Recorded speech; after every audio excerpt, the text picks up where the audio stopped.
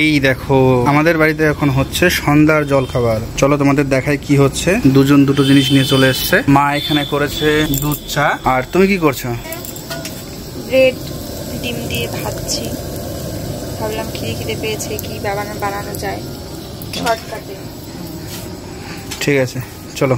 এই দেখো বানিয়ে ফেলেছি ডিম টোস্ট, কিন্তু একদম ভিন্ন স্টাইলে। আর এখানে আমি ডিম, দুধ, পেঁয়াজ কুচি, লবণ দিয়ে আমি ব্রেডগুলোকে ভেজেছি।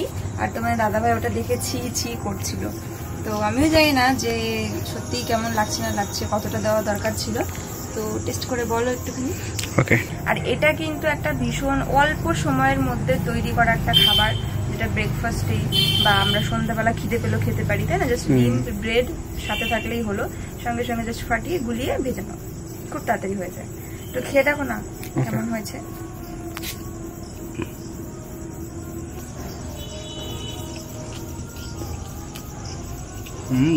ভালো আছে, নরম তুলতুলে হয়েছে না? এই দেখো বানিয়ে ফেললাম আরো কতগুলো ব্রেড অমলেট। এটা ভাইয়ের জন্য মায়ের জন্য দিয়ে আসবো। আর এই যে তোমার দাদা ভাইয়ের জন্য পোচ বানালাম, বাট পোচটা তুলতে গিয়ে ব্লাস্ট হয়ে গেছে। Hello everyone, welcome back to our channel Akash Papri. সবাইকে অনেক স্বাগতের সঙ্গে নতুন একটা ভিডিও শুরু করছি। দুপুর থেকে আজকের ভিডিও শুরু করছি। এখন বাজে 12:58, মানে 1টা বেজে গেছে। আজকে তো বেশ মানে একদম রৌদ্রোজ্জ্বল আবহাওয়া, ওয়েদার রয়েছে, ভালো গরমও পড়েছে।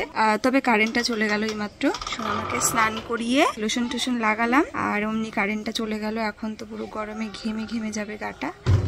আর চলো তোমাদের সঙ্গে শেয়ার করছি আজকের মেনু। তোমার দাদাভাই আজকে বাড়িতে নেই, এখনও জানি না কখন আসবে। একটা দরকারি কাজের জন্য ওকে যেতে হয়েছে।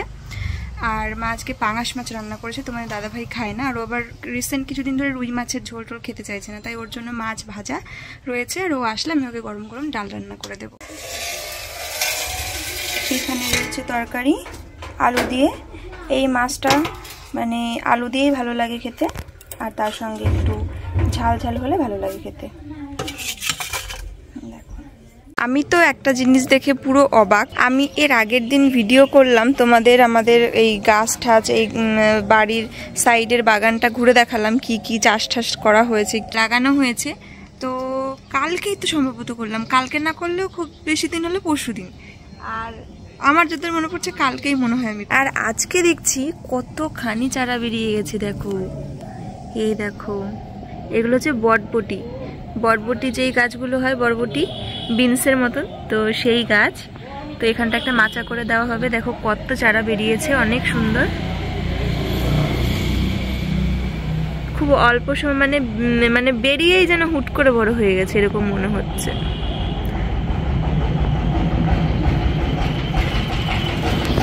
ওদিকে সোনামা ঘুমিয়ে রয়েছে, আর সোনামার কাছে রয়েছে মা। তো সেই কারণে নিশ্চিন্ত, সোনামাকে কখনোই আমরা একা রেখে কোথাও যাই না। সবসময় কেউ না কেউ সোনামার সঙ্গে থাকে, ও ঘুমিয়ে থাকুক বা জেগে।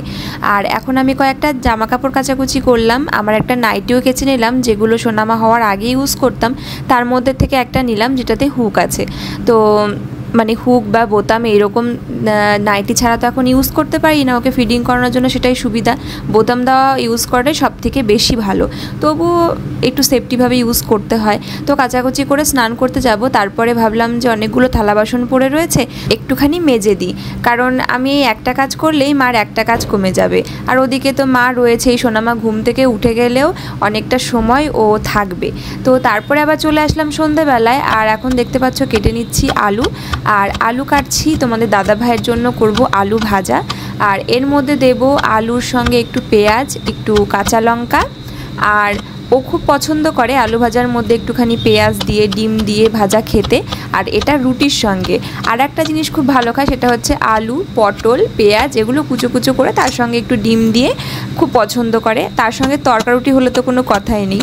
তো যাই হোক, এখন আমি আলু পেঁয়াজ এগুলো কেটে নিলাম। লঙ্কাটা এর মধ্যে দিতে ভুলে গেছিলাম, তো সেই কারণে পরে ওকে কাঁচা লঙ্কা গোটা দিয়েছিলাম কামড়ে খাওয়ার জন্য।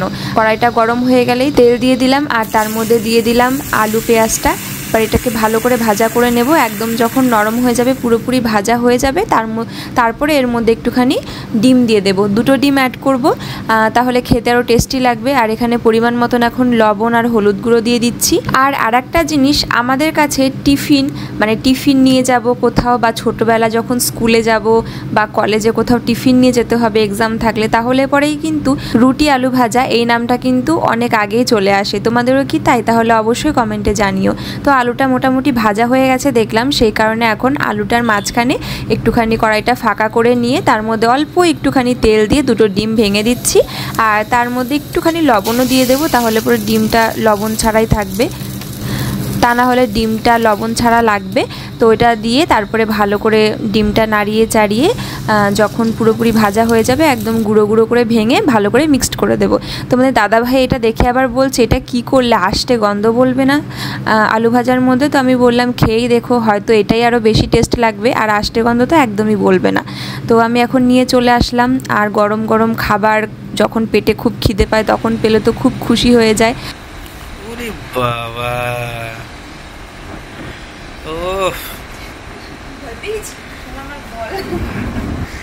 আর এমনিতেও আমার বড়মশাই একটু পেটুক টাইপের আছে, সেই জন্য খেতে খুব ভালোবাসে।